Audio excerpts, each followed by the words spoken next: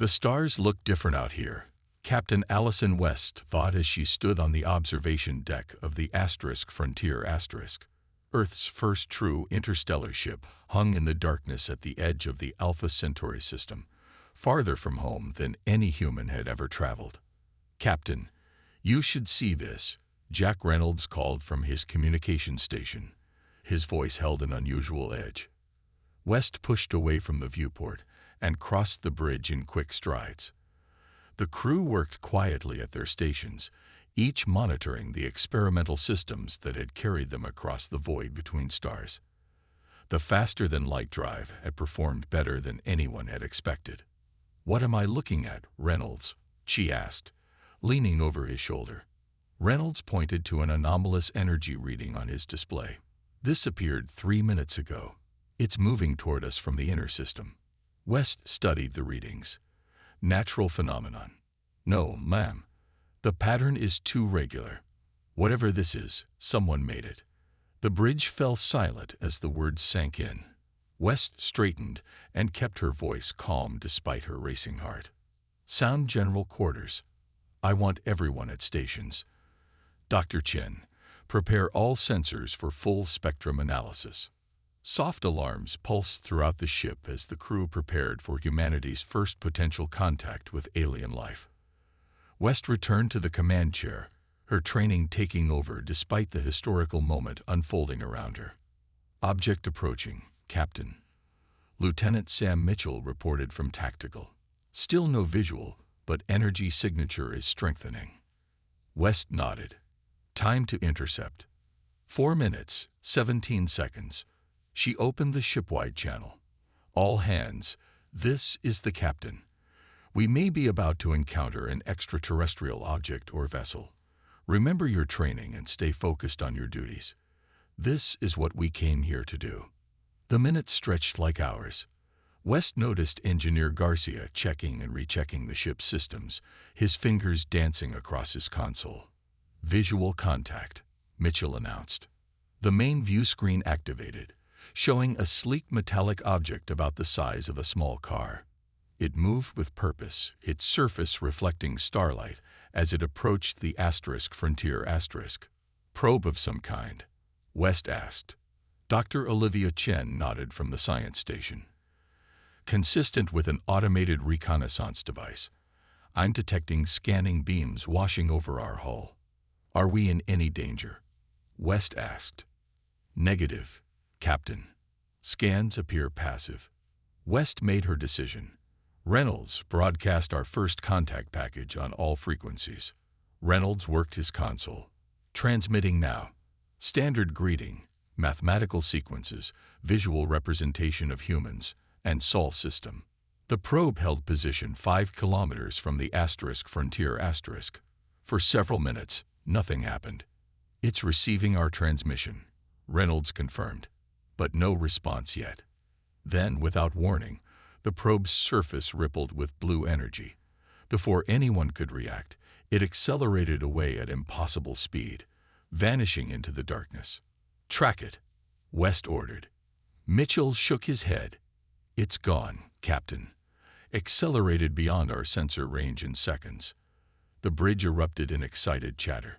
West allowed it for a moment before raising her hand for silence. "Ladies and gentlemen, I believe we just experienced humanity's first contact with extraterrestrial technology."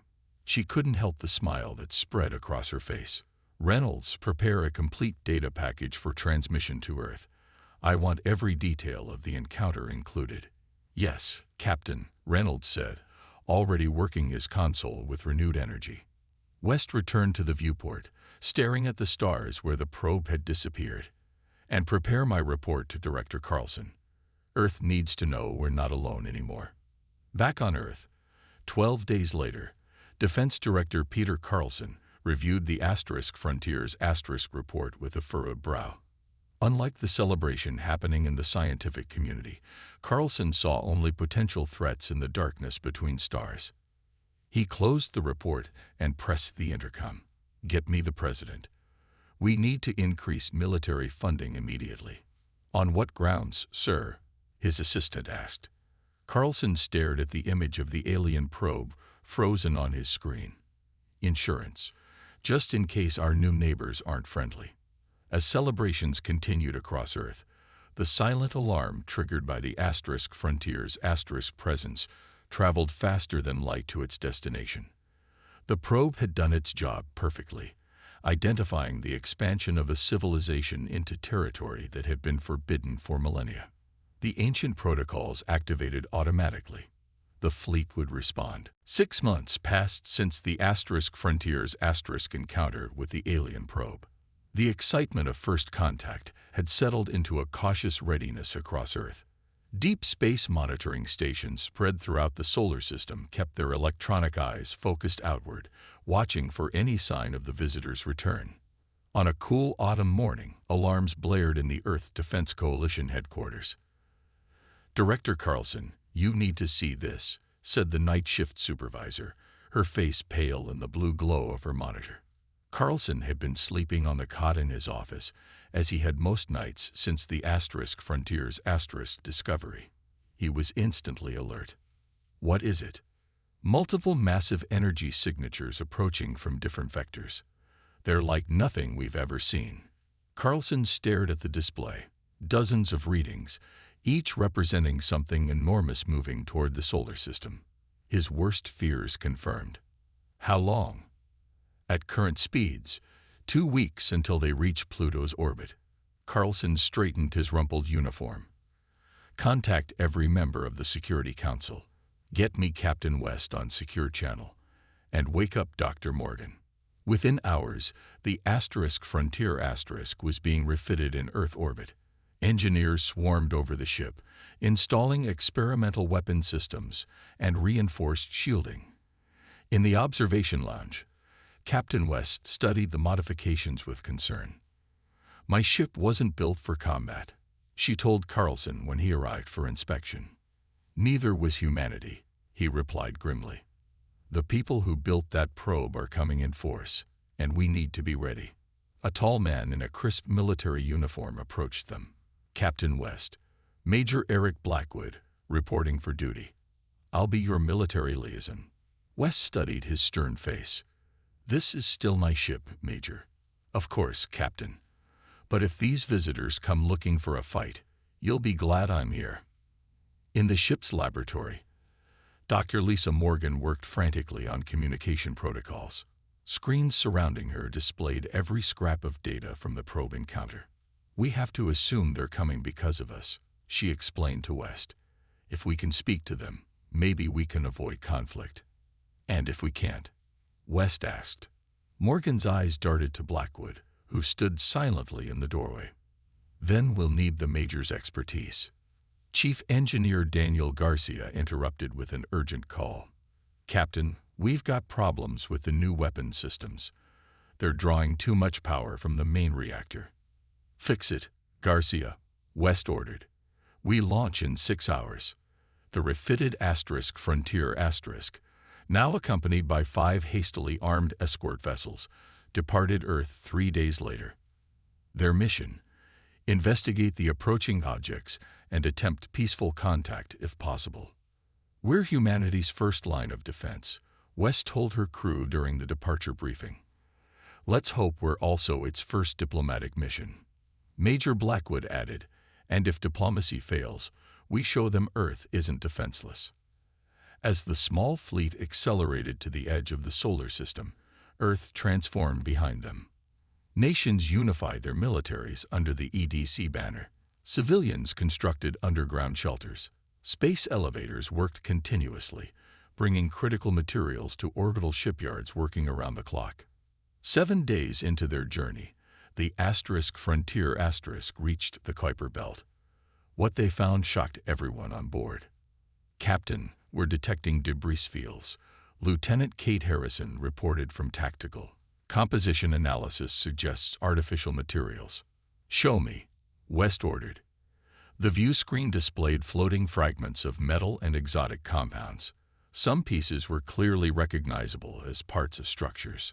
Dr. Morgan studied the readings. "These appear to be remnants of outposts or small stations. And they're not ours." "You're saying someone else was here?" "In our solar system." Blackwood asked. Not just our system, Morgan replied. These materials aren't from Earth. Someone else had outposts here. Someone who was destroyed. A cold silence fell over the bridge. West exchanged glances with Blackwood, their earlier tension forgotten in the face of this discovery. We weren't alone in our neighborhood, she said quietly. And now whatever destroyed these outposts is heading straight for Earth. Karsha's voice came over the comm. Captain, long-range sensors are picking up the approaching vessels. They're becoming visible. On screen, West ordered. The image shifted to show distant points of light, moving in perfect formation. God help us, Blackwood whispered. That's not a delegation. That's an invasion fleet. The alien fleet emerged from the darkness like a swarm of metal insects. Thousands of vessels, from massive carriers to smaller attack craft, spread across the edge of the solar system. The sight left the crew of the Frontier speechless. How many? Captain West asked, her voice barely above a whisper. Lieutenant Harrison checked her sensors again. Over 3,000 vessels, Captain. Various sizes and configurations. Major Blackwood's face hardened. More firepower than humanity has ever assembled. West turned to Communications Officer Reynolds. Any response to our hails? Reynolds shook his head. Nothing, Captain. I've tried every frequency, every format in Dr. Morgan's contact protocols. They're receiving our transmissions, but they're not answering. Keep trying, West ordered. She turned to the view screen, studying the alien formations. Garcia, what can you tell me about their technology? Chief Engineer Garcia's voice came through the comm system. Captain, these ships are unlike anything I've ever seen. Their hulls are made of materials we can't even identify. Energy readings suggest they're centuries beyond us. West exchanged a worried glance with Blackwood. For once, the Major had no military advice to offer. Harrison, any sign of weapon systems? West asked. Harrison studied her tactical display. Difficult to tell, but wait. Her face paled. Captain, energy readings across the alien fleet just spiked. They're powering up something big. Shields up, West ordered immediately. Alert our escort vessels. On Earth, the situation grew increasingly desperate. The EVC ordered all off-world colonies evacuated. Shuttles streamed from lunar bases and Mars settlements, bringing every human back to Earth. Defense Director Carlson watched the evacuation from his command center.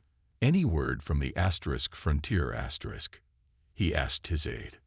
They're maintaining position between Earth and the alien fleet. Captain West reports no response to communication attempts. Carlson nodded grimly. Tell them to hold as long as they can. We need time to get everyone home. Aboard the Frontier Dr. Morgan worked frantically in her lab, analyzing the alien vessels. These designs, she muttered, they're built for war. Every curve, every structure serves a combat purpose. On the bridge, Reynolds continued his attempts to communicate. This doesn't make sense, he told West. Why come all this way just to ignore us? Maybe they're not here to talk, Blackwood suggested. Harrison suddenly straightened at her station. Captain, all alien vessels are now at full power. Their formation is shifting. The massive alien fleet began to move, spreading into a precise attack pattern. They're surrounding us, Blackwood observed. Classic encirclement tactic. West made her decision. All hands, battle stations. Escort vessels, defensive formation delta. She turned to Reynolds. Send one last message. Reynolds nodded. Channel open, Captain. West took a deep breath. This is Captain Allison West of the Earth vessel Frontier. We represent humanity and come in peace. We seek dialogue, not conflict. Please respond. Silence filled the bridge as they waited. 5 seconds. 10. 15. No response, Captain, Reynolds reported quietly. West nodded, her face resolute. Then we make our stand here. Position our fleet between the aliens and Earth. The 6 human vessels took formation, tiny compared to the massive alien armada facing them. The Frontier led the line, its experimental shields glowing faintly as they powered up. "Status report," West ordered. "All systems ready, Captain," Garcia replied. "Shields at maximum. Weapons hot." "Our escort ships report ready as well," Harrison added. West stood from her chair, looking at each of her bridge crew. "Whatever happens next, remember this moment. Humanity stands together, facing the unknown." She turned back to the view screen, where the alien fleet loomed. "Send one final message, Reynolds. All frequencies, maximum power." Reynolds nodded. "Ready, Captain." West's voice was clear and strong. "We stand for humanity. We are TERRA." As the message echoed across space, the alien fleet opened fire. The alien weapons lit up the darkness of space like angry red stars. Beams of energy sliced through the void, striking the human escort vessels with terrible precision. "Evasive maneuvers," West shouted as the bridge rocked violently. The first escort ship exploded in a silent flash, fragments spinning away into the darkness. The second and third followed seconds later, their shields useless against the advanced alien weapons. "They're gone," Harrison reported, her voice shaking. "All three ships, just gone." Another blast hit the Frontier directly. The lights flickered and alarms blared across the ship. "Shields at 30%, Garcia called over the chaos. "My modifications are holding, but not for long." West gripped her chair as another blast rocked the ship. "Return fire. All weapons." The Frontier's experimental weapon systems engaged, sending blue energy pulses toward the alien fleet. They splashed harmlessly against the alien hulls. "No effect, Captain," Harrison reported grimly. The fourth escort vessel detonated, leaving only the Frontier and one other human ship. "Engine room, give me everything you've got," West ordered. "We need to buy Earth more time." On Earth, military and civilian observers watched in horror as the battle unfolded. In the EDC command center, Director Carlson stared at the tactical display as human ships vanished one by one. "The Frontier's been hit," an officer reported. "Their signal is gone, sir." Carlson closed his eyes briefly. "Begin full planetary defense protocols. All civilians to underground shelters." This is not a drill. But aboard the Frontier the crew was still very much alive. The ship tumbled through space, main power offline, emergency systems providing minimal life support. "Damage report," West called out, wiping blood from a cut on her forehead. "We're dead in space," Garcia reported from engineering. "Main reactor is offline. Shields are gone. Weapons systems destroyed." "The aliens think we're destroyed," Harrison observed, checking the few sensors still functioning. "They're not firing at us anymore." West looked around the darkened bridge. "Then we use that to our advantage. Restore whatever systems you can, but keep emissions minimal. Let them think we're debris." In the hours that followed, the crew worked frantically to repair critical systems. Garcia managed to restore auxiliary power while keeping the energy signature low enough to avoid detection. "The alien fleet is advancing toward Earth," Harrison reported as limited sensors came back online. "The last escort ship is gone." West studied the tactical display. "How long until they reach Earth?" "At current speed, about 12 hours, Reynolds answered. West nodded. "That's 12 hours we have to find a way to stop them." On Earth, chaos reigned as populations rushed to safety. Military forces prepared for a battle they couldn't hope to win. In her underground laboratory, Dr. Morgan worked desperately to analyze the data from the brief battle. "There's something here," she muttered, studying the alien communication patterns. "They're not using radio waves or any electromagnetic transmission we recognize. They're using quantum entanglement." Back on the Frontier Reynolds noticed something strange about the alien fleet. "Captain, look at this," he said, pointing to his screen. "The alien ships are arranging themselves in a specific pattern as they approach Earth." West studied the display. "What am I looking at?" "It's a firing solution," Harrison explained. "They're positioning for a coordinated planetary bombardment." The bridge fell silent as the implications sank in. "How much of our quantum communication array is still functional?" West asked suddenly. Garcia checked his readings. "About 60%. "Why?" West turned to Reynolds. "Dr. Morgan theorized the aliens might communicate through quantum channels. Could we broadcast on those frequencies?" Reynolds considered for a moment. "Possibly. But what would we say?" "They ignored all our previous messages." "We try one more time," West said firmly. "One word. The word I sent just before they opened fire."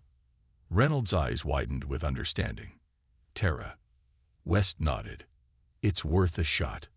Make it happen." Earth's orbital platforms fell one by one as the alien fleet moved into position. Space stations and defense satellites vanished in silent flashes of light. On the ground, people huddled in shelters, waiting for the end. Aboard the crippled Frontier Chief Engineer Garcia worked frantically to reconfigure the quantum communication array. His hands moved quickly despite the dim emergency lighting. "Almost there, Captain," he reported, connecting the final circuits. "But we only have enough power for one transmission. After that, we'll drain our remaining reserves." West nodded grimly. "One chance is better than none." On the bridge, Reynolds prepared the message. "Quantum frequency isolated based on Dr. Morgan's calculations. Ready when you are."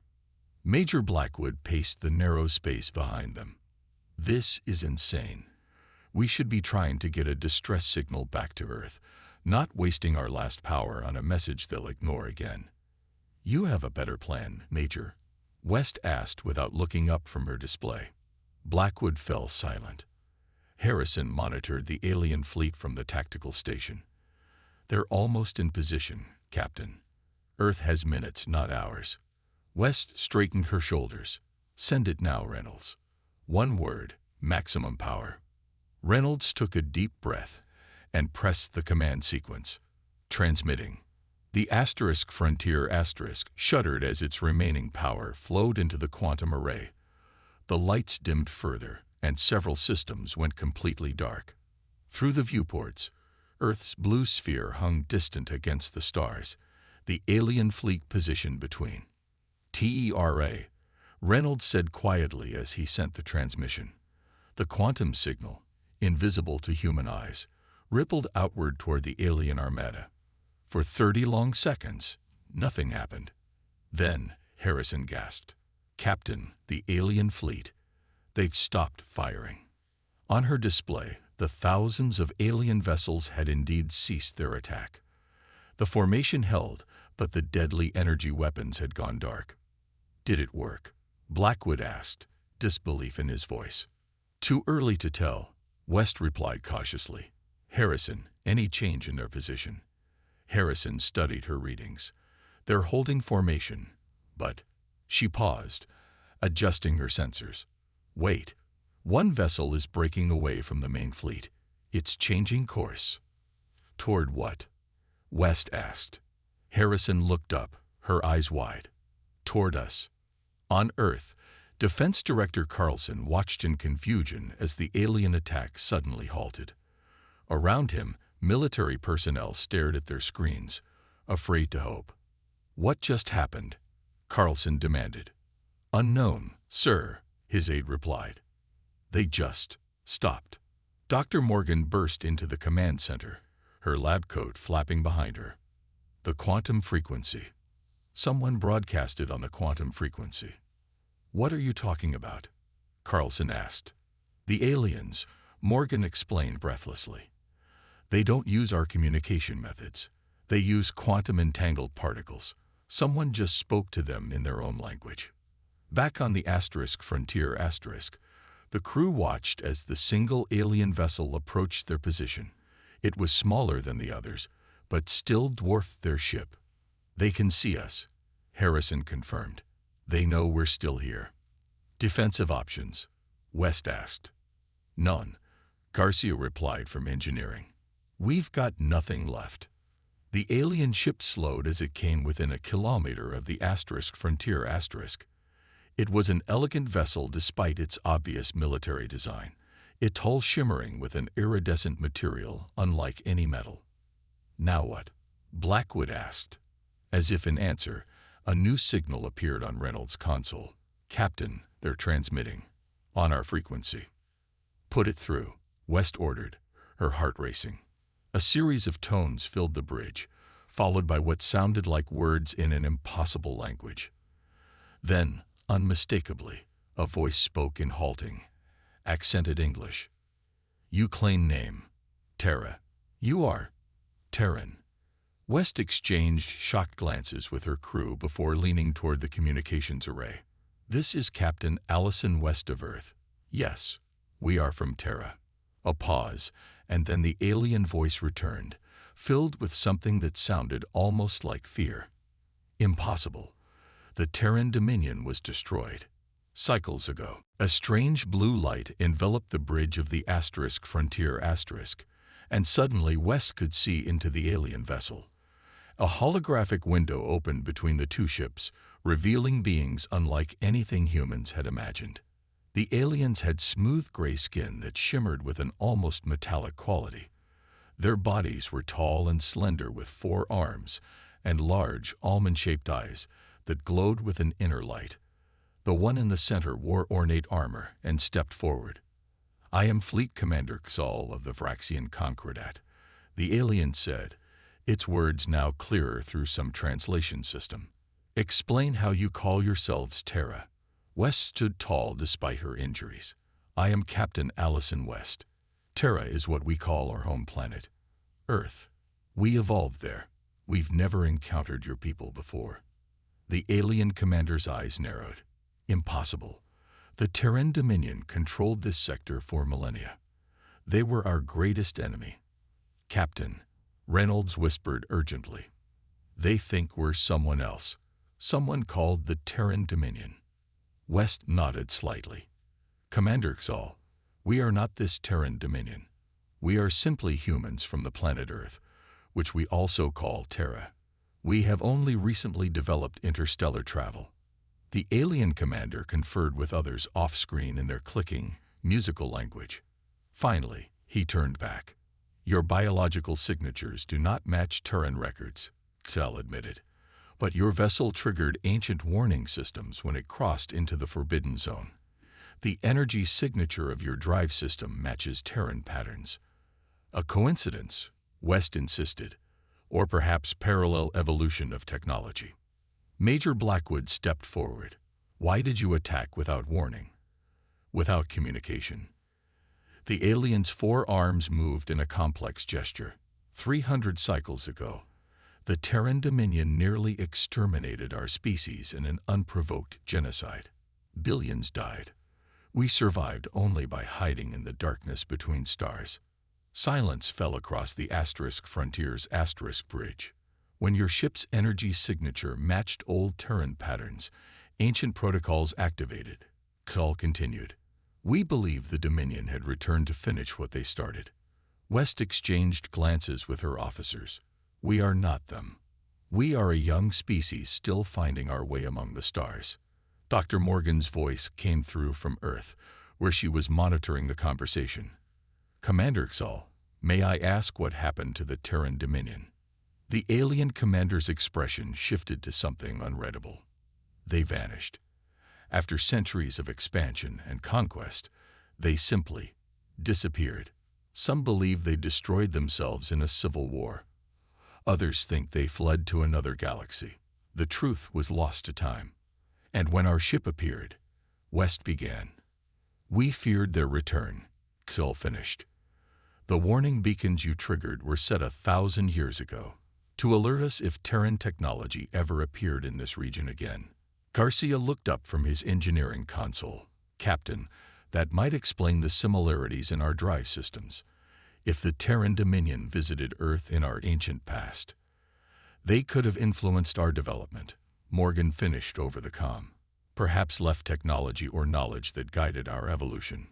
West stepped closer to the holographic window. Commander Xal, we regret the misunderstanding, but we cannot allow you to destroy our world based on a case of mistaken identity. We are not your ancient enemy. The alien was silent for a long moment. Finally, it made a gesture that might have been a nod. Our scans confirm your biological patterns are not Terran. Your physical appearance is different. Yet you call your world Terra. You use modified Terran technology, and you settled in Terran space. Coincidence, West insisted, or perhaps a mystery we can solve together, rather than through war. Xal's large eyes studied her for a long moment. Perhaps a ceasefire will be ordered while we investigate this anomaly. The alien commander turned to give orders, and across the view screen, the massive fleet began to power down its weapons. West let out a breath she hadn't realized she was holding. Earth had just gained a chance at survival. 3 months after the near destruction of Earth, Admiral Allison West stood at the window of the newly constructed peace station orbiting between Earth and Mars. Below her, the blue planet continued its eternal dance around the sun, its people still coming to terms with the knowledge that they were not alone in the universe. Admiral, the Vraxian delegation has arrived, her aide announced. West nodded. The promotion still felt strange, but Earth's governments had unanimously appointed her as humanity's chief diplomat to the stars. In the large conference room, Commander Xal and 3 other Vraxians waited. Their metallic skin caught the light as they turned to greet her. Admiral West, Xal said with the formal hand gesture that had become standard in human Vraxian meetings, we bring news from the genetic studies. West took her seat across from the aliens. What have you found? Dr. Lisa Morgan entered, carrying a data tablet. She had been working closely with Vraxian scientists since the ceasefire. It's confirmed, Morgan said, excitement clear in her voice. Humans share no genetic markers with the Terran Dominion. We are completely different species. Xal made a gesture of acknowledgement. This confirms what we suspected. Your people are not our ancient enemy. Then why do we call our planet Terra? West asked. And why did our technology trigger your warning systems? Xal activated a holographic display that filled the center of the table. It showed star charts and ancient images. We believe the Terran Dominion visited your world during its early development. According to our historical records, they were explorers before they became conquerors. Morgan nodded. We found evidence in human mythology across different cultures. Stories of sky gods visiting Earth matched the time frame when the Dominion was active. They may have influenced your early cultures, another Vraxian added. Left behind knowledge or technology that guided your development. West studied the images, and the name Terra. Likely a word they taught your ancestors, Xal explained. In the Dominion's language, Terra meant life world. They may have named many planets this way. The implications were enormous. Human history might need to be rewritten. As promised, Xal said, activating another hologram, we offer technological exchange as reparation for our attack. These shield designs and medical advances should benefit your people. West nodded gratefully. And what about the missing Terran Dominion? Could they return someday? A heavy silence fell over the room. That remains our greatest concern, Xal admitted. Their disappearance is one of the great mysteries of the galaxy. If they still exist somewhere, both our peoples should be prepared. Later that day, West stood with Morgan on the observation deck, watching shuttles move between Earth and the remaining Vraxian vessels. It's strange, Morgan said. A week ago, they were trying to destroy us. Now they're our allies. Fear makes enemies of strangers, West replied. Understanding makes friends of enemies. The door opened, and Major Blackwood entered. His uniform now bore the insignia of Earth's new Space Defense Force. The Council has approved your proposal, Admiral, he reported. The joint expedition will launch next month. West smiled. Good. If the Terran Dominion is still out there, I want to find them before they find us. On the main view screen, the first of many new Earth ships took shape in the orbital shipyards. Its name gleamed on the hull, *Explorer*. We've taken our first steps into a larger universe, West said, watching the construction. It's not what we expected, but it's where we belong. Blackwood nodded. From nearly being wiped out to joining a galactic community in 3 months. Not bad for a species that just figured out how to leave its own solar system. West laughed. That's humanity for you. We adapt. As the sun set on Earth below them, lights came on across the planet. From space, they looked like stars scattered across the continents. West thought about how close those lights had come to being extinguished forever. One word had saved them. TERRA, a name given to Earth perhaps thousands of years ago by visitors from beyond the stars. A name that had almost destroyed humanity, then gave them a place among the stars. The word that nearly ended everything had become the beginning of something new.